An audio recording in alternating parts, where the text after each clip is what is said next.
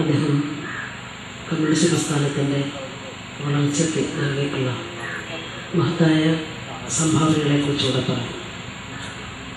തോപ്പിൽ കുടുംബത്തെ സംബന്ധിച്ച് പള്ളികുടുംബത്തെക്കുറിച്ച് ഒന്നും ഇവിടെ ഇപ്പോൾ പുതിയ തലമുറയിൽപ്പെട്ട ഞാൻ പറയേണ്ട കാര്യമില്ല.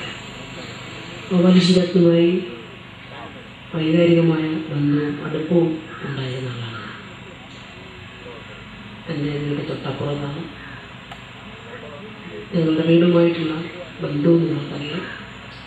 കൊച്ചിലെ മുതൽ കാണുകയും പരിചയപ്പെടുകയും എല്ലാ സന്ദർഭങ്ങളിലും ആവശ്യമായ ഉപദേശവും നിർദ്ദേശവും ഒക്കെ നൽകിയിട്ടുള്ള എൻ്റെ ഒരു ജ്യേഷ്ഠ സഹോദരനായിരുന്നു സഖാത്തോപ്പിൽ ഗോപാലകൃഷ്ണൻ.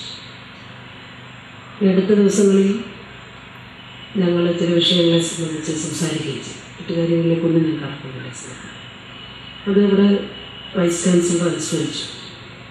ഞങ്ങളുടെ ഈ പ്രദേശത്തുള്ള കോളേജുകളിലെ മാർജിനൽ സീറ്റൊക്കെ ഇല്ലാതാക്കുവാൻ യൂണിവേഴ്സിറ്റി ശ്രമിച്ചു.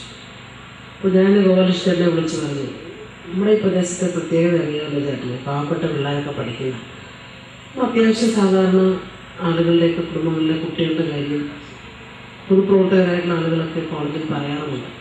ചേട്ടനറിയാമല്ലോ, സിൻഡിക്കേറ്റ് അവസാനം ഈ മാർജിനൽ സീറ്റ് വെച്ചാണ് സഹായിക്കുന്നത്.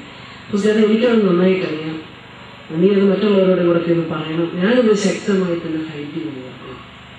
അദ്ദേഹം ശക്തമായി ഫൈറ്റ് ചെയ്യുന്നത് യാഥാർത്ഥ്യമാക്കുന്നതോടൊപ്പം